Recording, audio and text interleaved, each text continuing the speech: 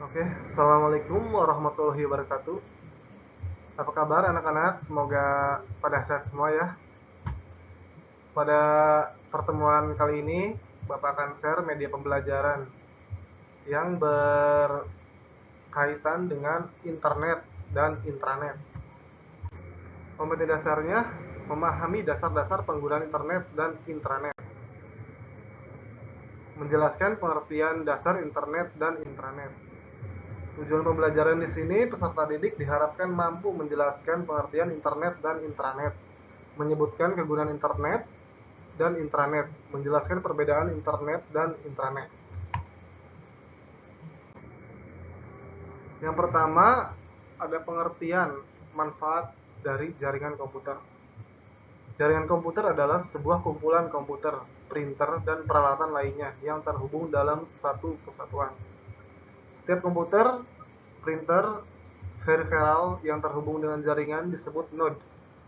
Beberapa manfaat dari jaringan komputer diantaranya resource sharing, yaitu penggunaan sumber daya yang ada secara bersama-sama. Reliabilitas tinggi dengan jaringan komputer, kita akan mendapatkan reliabilitas yang tinggi. Menghemat uang perusahaan, dapat menghemat peralatan yang harus digunakan. Sarana komunikasi dan dimanfaatkan oleh perusahaan atau organisasi untuk berkomunikasi. Prinsip kerja dari jaringan komputer. Prinsip kerja dari jaringan komputer ini mempunyai sistem kerja yang saling berhubungan satu dengan yang lainnya. Seperti komputer, ketika kita akan mencetak suatu dokumen, kita kan butuh printer. Printer kita butuh komputer dan yang lainnya. Jenis-jenis jaringan komputer secara umum. Jaringan komputer berdasarkan jangkauannya. Ada LAN atau Local Area Network, MAN, Metropolitan Area Network, dan WAN. Itu dinamakan internet. Topologi jaringannya adalah pola hubungan komputer dalam satu jaringan. Macam-macam topologi, diantaranya ada topologi star. Topologi star ini bentuknya bercabang.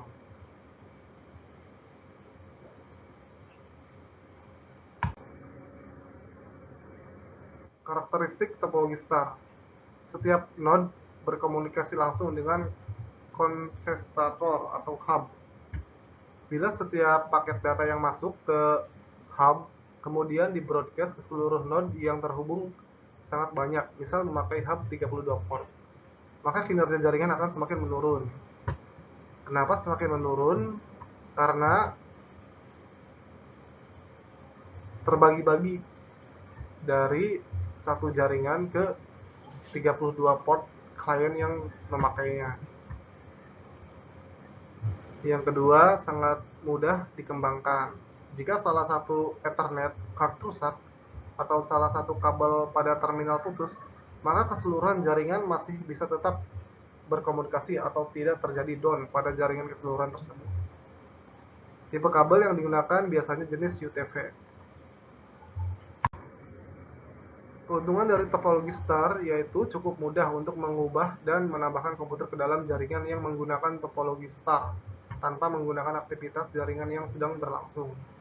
Apabila satu komputer yang mengalami kerusakan dalam jaringan, maka komputer tersebut tidak akan membuat mati seluruh jaringan star.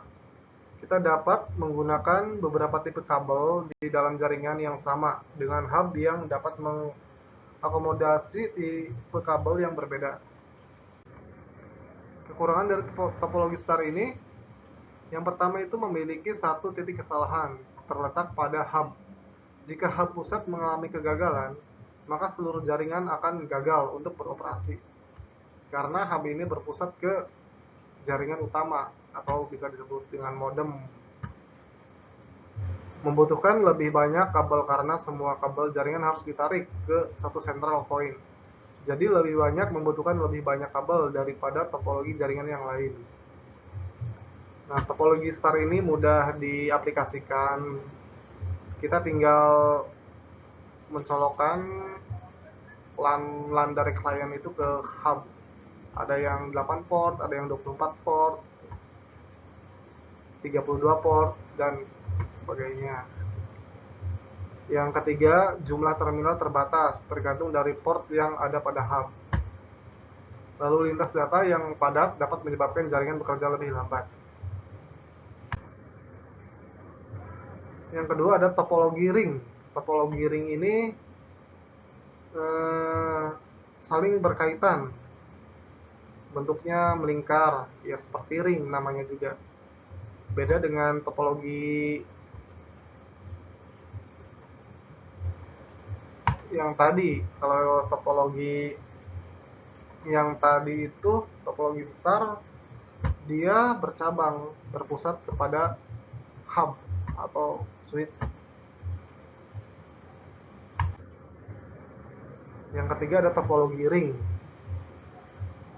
Dari gambar di atas itu topologi ring. Topologi ring itu digunakan dalam jaringan yang memiliki performance tinggi, jaringan yang membutuhkan bandwidth untuk fitur yang time sensitif seperti video dan audio, atau ketika performance dibutuhkan saat komputer yang terhubung ke jaringan dalam jumlah yang banyak.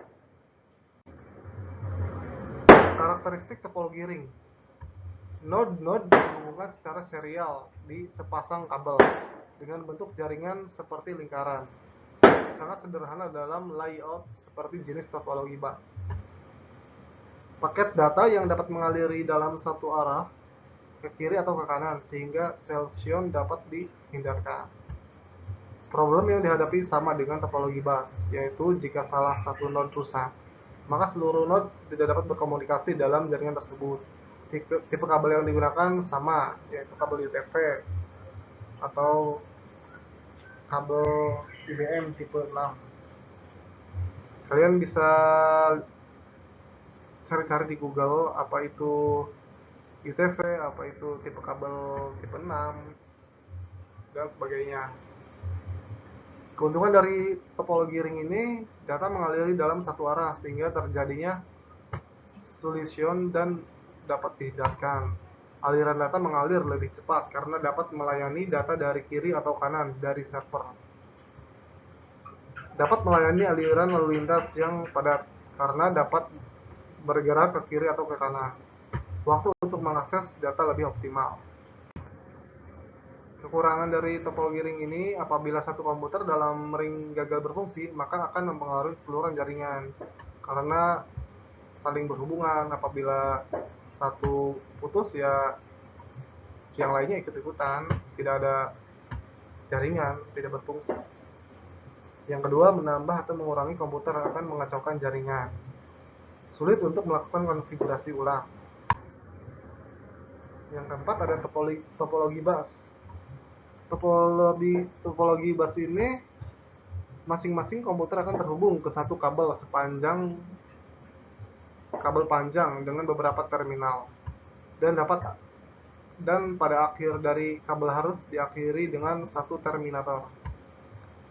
Topologi ini sudah sangat jarang digunakan di dalam membangun jaringan komputer. Biasa karena memiliki beberapa kekurangan, diantaranya kemungkinan terjadi tabrakan aliran data atau konflik. Jika salah satu perangkat putus, maka akan terjadi kerusakan pada jaringan atau bagian komputer yang lain. Tapi pada saat ini topologi ini dalam membangun jaringan komputer dengan menggunakan kabel serat optik atau fiber optik akan tetapi digabungkan dengan topologi jaringan yang lain untuk memaksimalkan performanya. Nah, ini dia bentuk topologi bus yang diakhiri dengan konektor atau terminal.